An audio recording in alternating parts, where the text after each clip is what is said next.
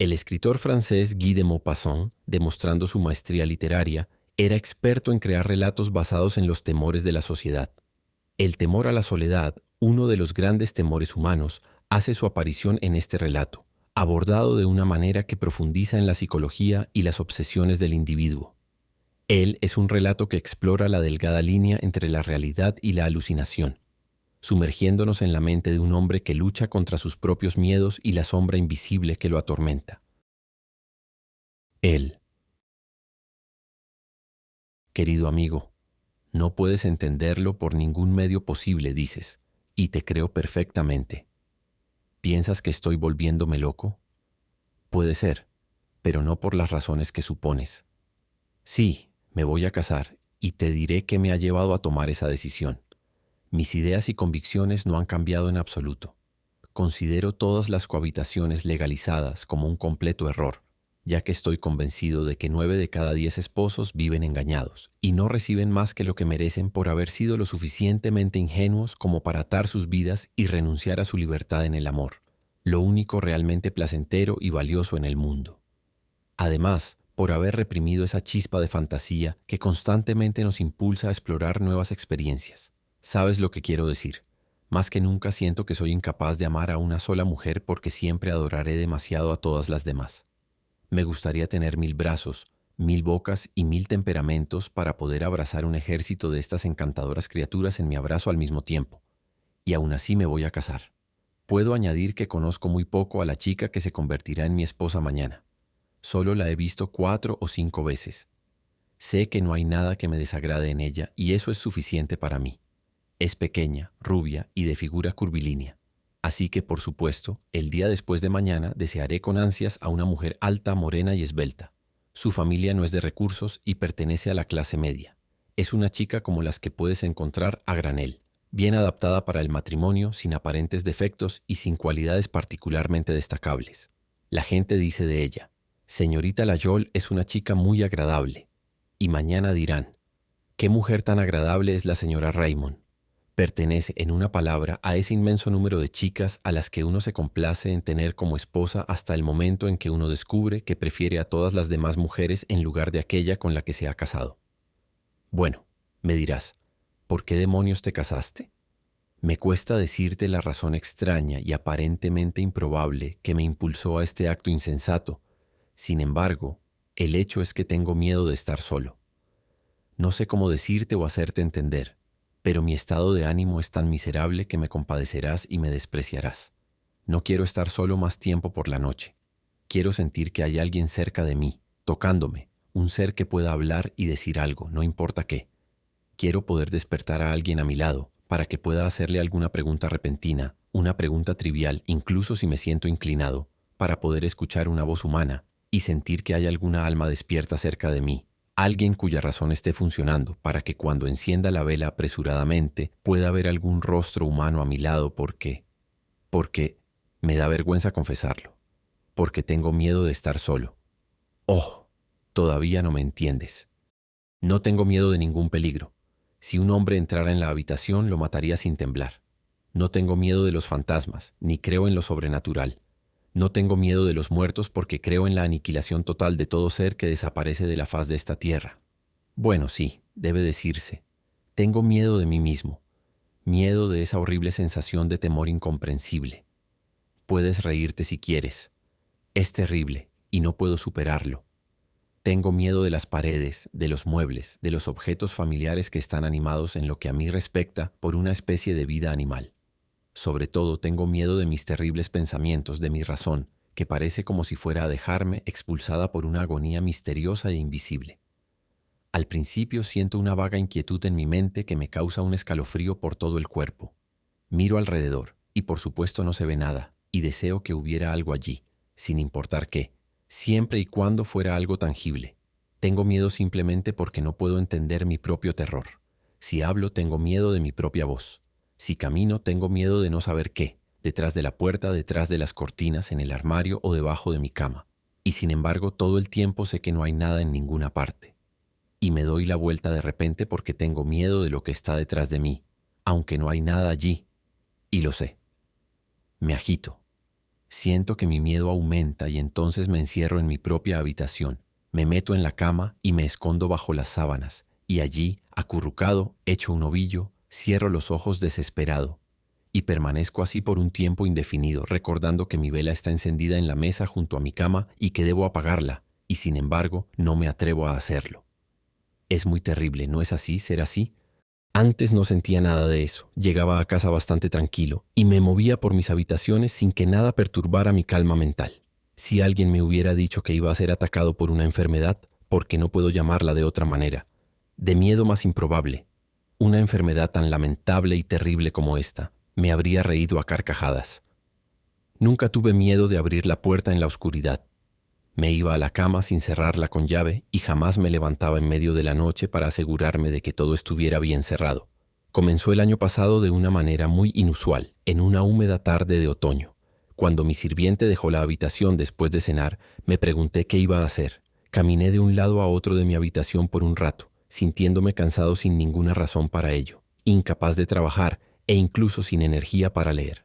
Una fina lluvia caía y me sentía infeliz, presa de uno de esos ataques de desánimo, sin causa aparente, que nos hace sentir inclinados a llorar o a hablar, no importa con quién, solo para deshacernos de nuestros pensamientos depresivos. Sentí que estaba solo, y mis habitaciones me parecían más vacías que nunca, mientras me rodeaba una sensación de soledad infinita y abrumadora. ¿Qué debía hacer? Me senté, pero luego una especie de impaciencia nerviosa agitó mis piernas, así que me levanté y empecé a caminar de nuevo.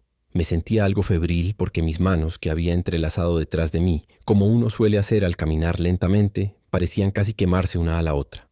Entonces, de repente, un escalofrío recorrió mi espalda, y pensé que el aire húmedo podría haber penetrado en mi habitación, así que encendí la chimenea por primera vez ese año. Me senté de nuevo y miré las llamas, pero pronto sentí que no podía quedarme quieto, así que me levanté de nuevo y decidí salir para despejarme y encontrar a un amigo que me hiciera compañía.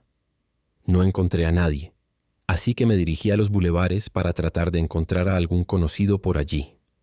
Todo estaba desolado y el pavimento mojado brillaba bajo la tenue luz de las lámparas de gas, mientras el calor opresivo de la lluvia, apenas perceptible, se posaba pesadamente sobre las calles, apagando su resplandor.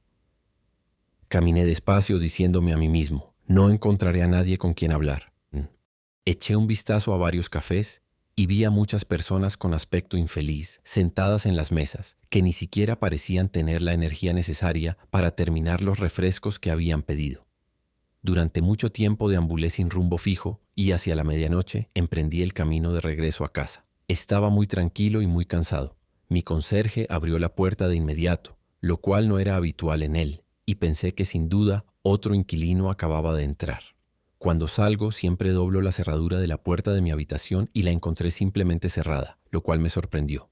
Pero supuse que me habrían traído algunas cartas durante la tarde. Entré y encontré mi chimenea aún encendida, lo que iluminaba un poco la habitación, y en el acto de tomar una vela, noté a alguien sentado en mi sillón junto al fuego, calentando sus pies, con la espalda hacia mí. No sentí el más mínimo miedo. Pensé, muy naturalmente, que algún amigo había venido a verme. Sin duda, el portero, a quien había informado cuando salí, le había prestado su propia llave. En un momento recordé todas las circunstancias de mi regreso, cómo la puerta de la calle se había abierto inmediatamente y que mi propia puerta estaba simplemente cerrada y no trancada. No podía ver nada de mi amigo excepto su cabeza y evidentemente se había quedado dormido esperándome, así que me acerqué a él para despertarlo. Lo vi claramente.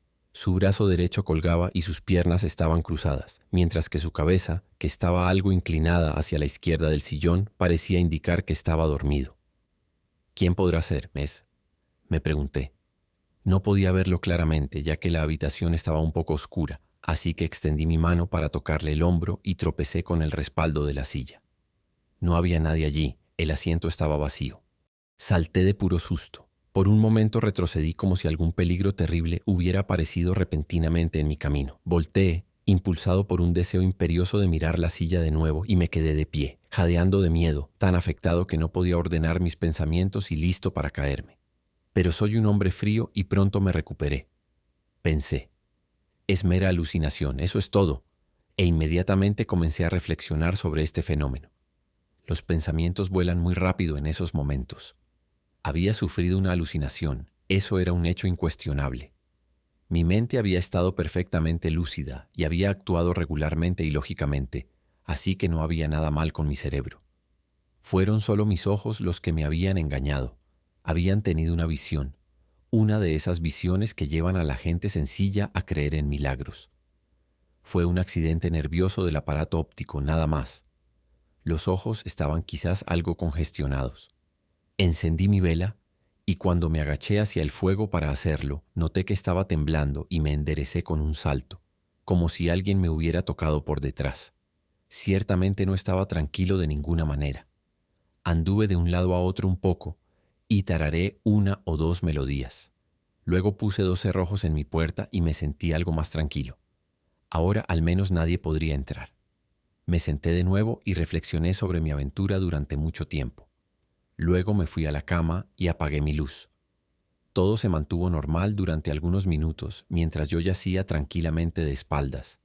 Pero entonces me invadió un deseo irresistible de mirar alrededor de la habitación y me giré hacia un lado. El fuego casi se había apagado y solo unas pocas brasas incandescentes daban una luz tenue en el suelo junto a la silla, donde me parecía ver al hombre sentado de nuevo.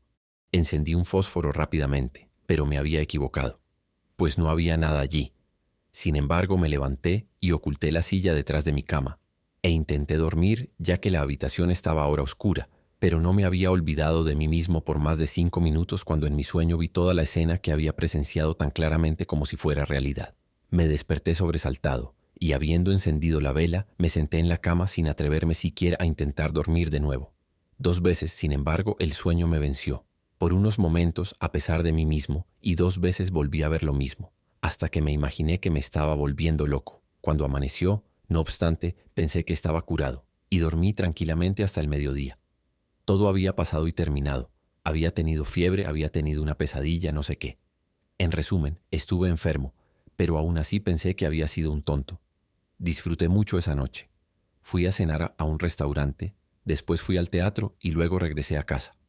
Pero al acercarme a la casa, me invadió nuevamente un extraño sentimiento de inquietud. Tenía miedo de volver a verlo. No tenía miedo de él, no tenía miedo de su presencia en la que no creía, pero tenía miedo de ser engañado de nuevo. Tenía miedo de alguna nueva alucinación, miedo de que el miedo se apoderara de mí.